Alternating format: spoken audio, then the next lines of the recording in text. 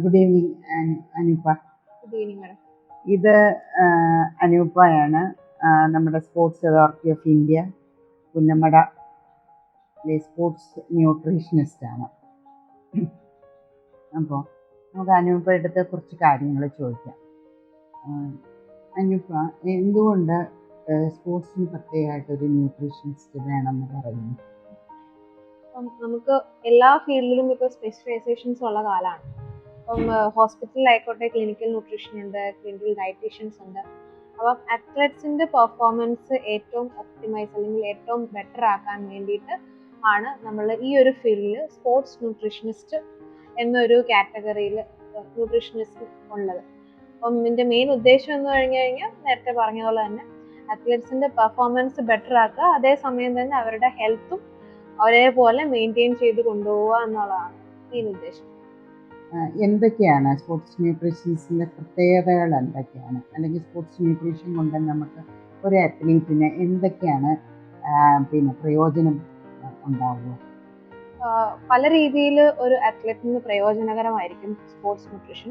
First of all തന്നെ ആ കുട്ടിക്ക് വേണ്ട എത്ര കാലറി ആണോ, അല്ലെങ്കിൽ ആ കുട്ടി ഒരു ദിവസം ബോഡിയിൽ ബേൺ ചെയ്യുന്ന എന്തോരം കാലറീസ് ഉണ്ടോ അതിനനുസരിച്ചുള്ള ആഹാരം ക്രമീകരിച്ചു കൊടുക്കുക. അതുപോലെ തന്നെ കാലറീസ് മാത്രമല്ല, രണ്ട് മാക്രോ ന്യൂട്രിയൻസും മൈക്രോ ന്യൂട്രിയൻസും. അതുപോലെ തന്നെ ഇഞ്ചുറി പ്രിവെൻഷൻ, ഇഞ്ചുറി ഉണ്ടാവാണ്ടിരിക്കാൻ ഏതൊക്കെ ഭക്ഷണങ്ങൾ ഉൾപ്പെടുത്തിയാൽ ഇഞ്ചുറി ഉണ്ടാവാണ്ടിരിക്കാം. ദെൻ അതുപോലെ തന്നെ ബെറ്റർ റിക്കവറിക്ക് വേണ്ടി ഏതൊക്കെ ഭക്ഷണങ്ങൾ ഉൾപ്പെടുത്തണം. അങ്ങനെ എല്ലാം കൂടെ ഒത്തുചേരുന്നതാണ് സ്പോർട്സ് ന്യൂട്രീഷൻ എന്ന് പറയുന്നത്.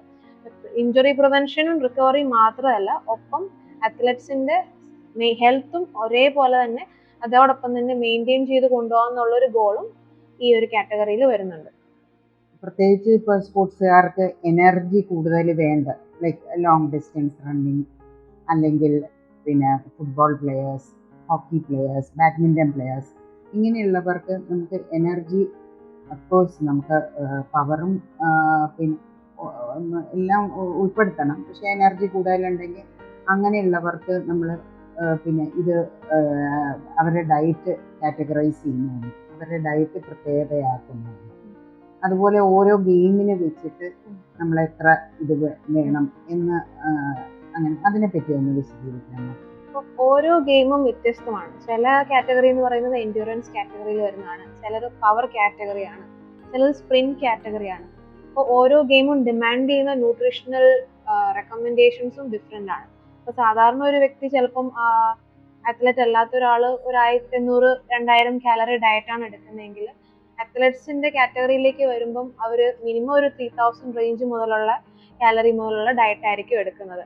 അപ്പം അവരുടെ പർട്ടിക്കുലർ സ്പോർട്സ് എന്താണ് ഡിമാൻഡ് ചെയ്യുന്നത് അതിനനുസരിച്ച് അവരുടെ ന്യൂട്രിയൻ റെക്കമെൻഡേഷൻസിലും വ്യത്യാസം വരും. അത് കാലറി ആയിക്കോട്ടെ, പ്രോട്ടീൻ ആയിക്കോട്ടെ, ഏത് ന്യൂട്രിയൻ്റ് ആയിക്കോട്ടെ, it's purely depending on their sport.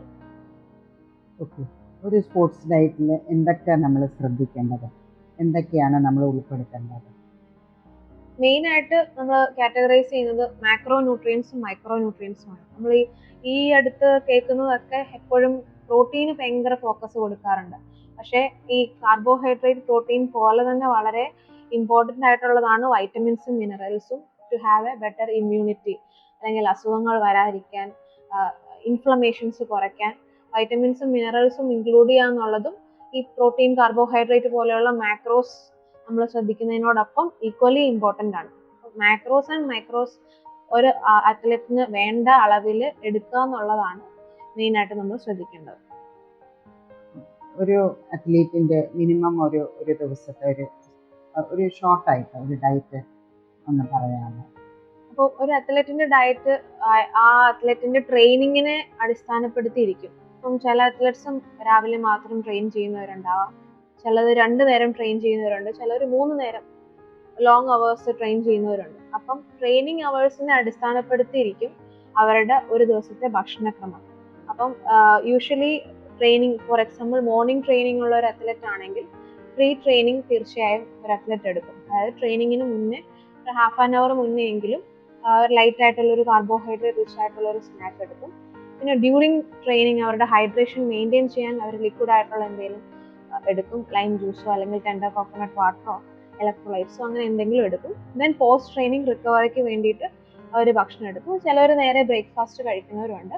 Then followed by lunch.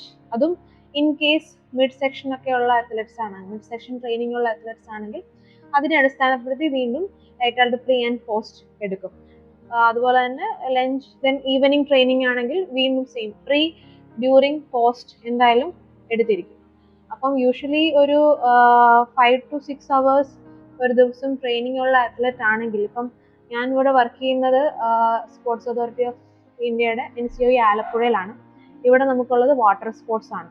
Roing, കായാക്കിംഗ്, canoeing, ഈ 3 കാറ്റഗറിയിലുള്ള സ്പോർട്ട് ചെയ്യുന്ന അത്ലറ്റ്സ് ആണുള്ളത്. അപ്പോൾ അവരുടെ റെക്കമെൻഡേഷൻസ് ഇവർക്കൊരു 5 to 6 hours ആവറേജ് ഒരു ദിവസം ഡെയിലി ട്രെയിനിങ് വരുന്നുണ്ട്. അപ്പോൾ അവർക്ക് ഓൺ ആൻ ആവറേജ്, അതും കോമ്പറ്റീഷനും പ്രീ കോമ്പറ്റീഷനും ഓഫ് സീസണും ഒക്കെ അനുസരിച്ച് വ്യത്യാസപ്പെടുത്തും. ബട്ട് സ്റ്റിൽ ഒരു 3500 calories മിനിമം ടു 6000 calories വരെ സ്പാൻ ചെയ്യുന്ന ഒരു ഡയറ്റ് പ്ലാൻ ആയിരിക്കും.